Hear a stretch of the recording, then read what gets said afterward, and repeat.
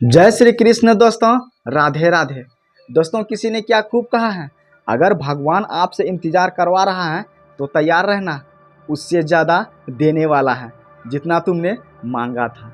तो फिर आइए श्रीमद् भागवत गीता अध्याय 2 को आगे बढ़ाते हैं, यानी श्रीमद् भागवत गीता अध्याय 2 गीता सार को आगे बढ़ाते हैं। सेशन नंबर 37 की शुरुआत करते हैं। सेशन नंबर 37 की शुरुआत एक श्लोक के माध्यम से करते हैं। श्लोक नंबर है 72 यानी 72, यानी श्रीमद् भागवत गीता अध्याय 2 का अंतिम श्लोक 72 यानी 72। तो फिर आइए श्लोक नंबर 72 पढ़ते हैं, यानी देखते हैं इस श्लोक के माध्यम से भगवान श्री कृष्ण हम सबको क्या संदेश देना चाहते हैं। यानी श्रीमद् भागवत गीता अध्याय 2 गीता सार के अंतिम श्लोक में भगवान श्री कृष्ण क्या संदेश देना चाहते हैं। श्लोक नंबर है 72 72। तो फिर आइए पढ़ते हैं। श्लोक कह रहा है, ऐसा ब्रह्मी स्थित पार्थ नैनाम प्राप्य विमुहति।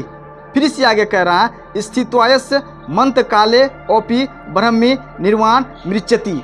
अब इसका अर्थ देखिए, इसका अर्थ कह रहा है यह आध्यात्मिक तथा ऐश्वर्य जीवन का पथ है। फिर कह रहा है जिसे प्राप्त करके मनुष्य मोहित नहीं होता। यदि कोई जीवन के अंतिम समय में भी इस तरह स्थित हो तो वह भगवत धाम में प्रवेश कर सकता है।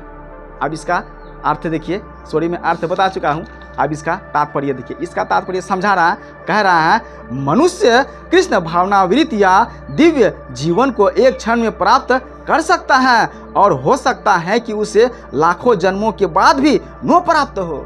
देखिए फिर कह रहा है यह तो सत्य को समझने और स्वीकार करने की बात है। खटवांग महाराज ने अपनी मृत्यु के कुछ मिनट पूर्व कृष्ण के शरणागत होकर ऐसी जीवन अवस्था प्राप्त कर ली। देखिए फिर इससे आगे कह रहा है भौतिकवादी जीवन शैली का अंत बौद्ध दर्शन के अनुसार इस भौतिक जीवन के पूरा होने पर केवल शून्य शेष रहता है। फिर कह रहा है किंतु भागवत गीता की शिक्षा इससे भिन्न है। किंतु भागवत गीता की शिक्षा इससे बिल्कुल ही भिन्न है। फिर कह रहा है वास्तविक जीवन का शुभ आरंभ इस भौतिक जीवन के पूरा होने पर होता है। स्थूल भौतिकवादी के लिए यह जानना पर्याप्त होगा कि इस भौतिक जीवन का अंत निश्चित है। देखिए इस भौतिक जीवन का अंत तो निश्चित ही है दोस्तों। तब तक के लिए आप जय श्री कृष्ण राधे राधे जरूर लिखिए। फिर इससे आगे कह रहा है किंतु आध्यात्मिक दृष्टि से उत्पन्न व्यक्तियों के लिए इस जीवन के बाद अन्य जीवन प्रारंभ होता है। देखिए फिर कह रहा है इस जीवन का अंत होने के पूर्व यदि कोई कृष्ण भावना भावित हो जाए तो उसे तुरंत ब्रह्म निर्वाह अवस्था प्राप्त हो जाती है। फिर कह रहे हैं भगवत धाम तथा भगवत भक्ति के बीच कोई अंतर नहीं है, क्योंकि दोनों चरम पद हैं। अतः भगवान की दिव्य प्रेमा भक्ति में व्यस्त रहने का अर्थ है। भगवत धाम को प्राप्त करना भौतिक जगत में इंद्रिय तृप्ति विषयक कार्य होते हैं और आध्यात्मिक जगत में कृष्ण भावनामृत विषय इसी जीवन में ही कृष्ण भावनामृत की प्राप्ति तत्काल ब्रह्म प्राप्ति जैसी है।